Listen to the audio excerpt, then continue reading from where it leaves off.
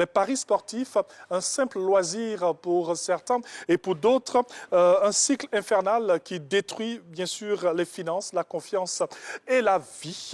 Aujourd'hui, nous explorons cette dépendance silencieuse, ses mécanismes et ses conséquences et comment certains tentent d'en sortir. Une enquête de Renaud Kobia et de Touré Daïri. On regarde.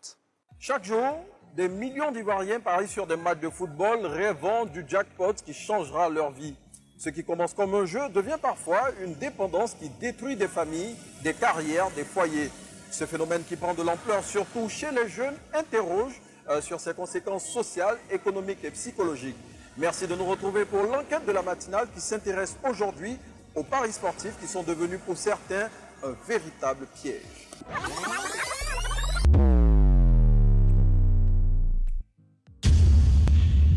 Selon la Banque africaine de développement, le marché des jeux de hasard en Afrique a connu une croissance de plus de 45% ces 10 dernières années. En Afrique francophone, le Sénégal, le Cameroun et la Côte d'Ivoire occupent le devant de la scène. En 2024, il faut savoir que dans notre pays, les sociétés de paris sportifs ont enregistré des gains estimés à plus de 220 milliards de francs CFA contre 85 milliards en 2019. Cette addiction ne touche pas que les jeunes sans emploi, elle s'étend à toutes les couches sociales, jusque dans les bureaux et les foyers. Pour les besoins de cette enquête, nous l'appellerons Sandra, fonctionnaire, la trentaine révolue. Elle a découvert les paris sportifs il y a 1 an et depuis, impossible de s'en passer. J'ai découvert les paris sportifs grâce à un ami qui savait que je traversais une période difficile au travail parce que je m'étais trompée dans des comptes, donc il y avait un trou dans la caisse de l'entreprise. Donc c'est cet ami-là qui m'a parlé des jeux et il m'a dit que avec ça tu peux facilement remplacer l'argent qui avait disparu. Voilà. Donc c'est comme ça que j'ai découvert les jeux de hasard. Et la première fois quand j'ai joué, j'ai gagné 14 000 avec une mise de 300 francs. Donc, quand j'ai vu ça, je me suis dit automatiquement, ah voilà, donc si avec 300 tu gagnes 14 000, avec 10 000, tu peux avoir 200 000.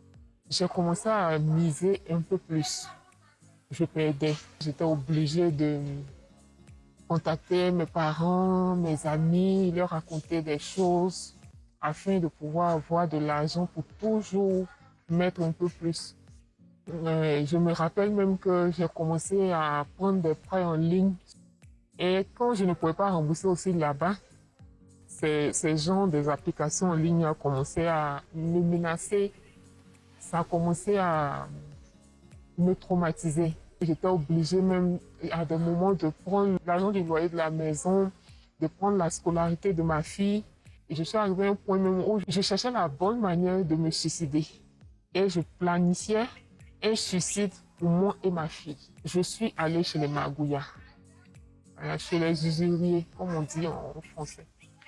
Et là-bas aussi, c'était une pression. J'ai essayé d'arrêter. Déjà, je me disais, je vais supprimer l'application et puis être libérée. Et c'est vrai, se mentir à soi-même de dire qu'on peut arrêter d'un coup. Dans mon cas, ça a été un processus. Donc, ce que je peux dire aujourd'hui comme message, c'est de dire aux gens de faire attention. Les parents, surveillez vos enfants qui ont des téléphones. Voilà, parlez-leur du problème, de ce que ça peut créer comme conséquence à court terme comme à long terme. Des foyers brisés, des disputes, parfois même des dettes. L'addiction au pari devient un véritable problème social. Elle a commencé à avoir des problèmes et on se posait des questions, à penser à beaucoup d'autres choses, mais on n'a pas pensé à une addiction. L'élément qui va faire tout sortir, c'est qu'on attendait de l'argent. Quand cet argent est arrivé, comme c'est elle qui est avec le vieux, donc elle a dit au vieux, comme les autres sont loin, donne-moi cet argent-là, je vais leur faire des dépôts. Le dépôt n'est jamais arrivé. Et 600 000, il restait que 100 000 francs. J'ai investi tout cet argent-là dans les jeux. C'est là qu'on a découvert, on a pris même son téléphone, on a vu les paris qu'elle faisait. Elle faisait des montants énormes. Hein. Papa est d'un certain âge. Quand il a découvert tout ça, il est tombé. Il est malade. Il vient l'hospitaliser. On essaie de l'aider bien que mal, mais c'est difficile. Il y a mes soeurs même qui ne lui parlent plus. Bon, ça crée un grand froid, tout ça, mais bon, elle a besoin d'accompagnement. Je me dis que tous ceux qui sont dans ce cas-là, les familles ne devraient pas leur tourner le dos. Pour comprendre ce cercle infernal, nous avons rencontré Dr Frédéric Zabidjo, psychothérapeute et coach de vie. Quand on parle d'addiction, c'est qu'on est dans une maladie chronique du cerveau, au même titre que le diabète, au même titre que le cancer, au même titre que n'importe quelle autre maladie chronique. Pour l'aider, il faut essayer de comprendre, premièrement, que la personne est en souffrance. Deuxièmement, il faut identifier tous les problèmes collatéraux qui ont été créés par cette addiction. L'endettement, le fait de développer une anxiété, le fait de développer une dépression, les troubles comportementaux à titre, par exemple, de vol ou alors à titre d'abandon même de ses responsabilités familiales et sociales, etc. Et puis, c'est tout ça qu'on va adresser en même temps. C'est pour ça que la personne a besoin d'un accompagnement spécialisé, notamment en rencontrant un psychologue, en rencontrant également un médecin psychiatre. Parce qu'il y a des volets médicaux, il y a des volets psychologiques, il y a des volets comportementaux qui peuvent être pris en charge à la fois par le médecin psychiatre et le psychologue et également des éducateurs ou travailleurs sociaux en général. Face à cette dérive, les guides religieux montent aussi au créneau. Pour eux, les paris ne sont pas un simple jeu, mais une tentation à fuir. Là où il y a addiction, il y a manipulation démoniaque. Okay.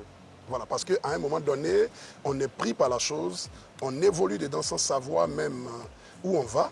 Quelquefois, on est contre, mais on est obligé de façon compulsive à y aller. Les questions de jeu de hasard ne se retrouvent pas dans les interdictions formelles, mais se retrouvent dans ce que je dirais, tout m'est permis, mais tout ne m'est pas utile. La vie chrétienne n'est pas une vie à laquelle on soumet tout, à laquelle on donne tout. Si ce n'est pas constructif, ce n'est pas quelque chose qui bâtira la foi, la vie sociale, la vie émotionnelle, ça veut dire que d'une certaine manière, c'est interdit. L'islam est clair là-dessus. Allah traite les jeux d'hasard du ruse du Satan, Al-Maïsar.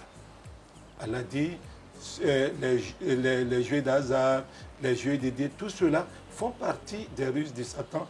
Éloignez-vous-en. C'est l'impératif. Dieu ne nous demande même pas de ne pas faire. Il dit de ne même pas s'approcher de cela. Donc pour nous musulmans, nous nous basons sur le Coran et les hadiths. Le Coran, qui est la parole incréée de Dieu, dit que les jeux d'hasard, dans toutes ses formes, sont interdites. Les paris sportifs font désormais partie du quotidien de nombreux Ivoiriens, mais entre espoir de gain et réalité de perte, la frontière est souvent très mince et derrière chaque ticket, il y a parfois des vies en déséquilibre et minées par des addictions qui les rongent en silence.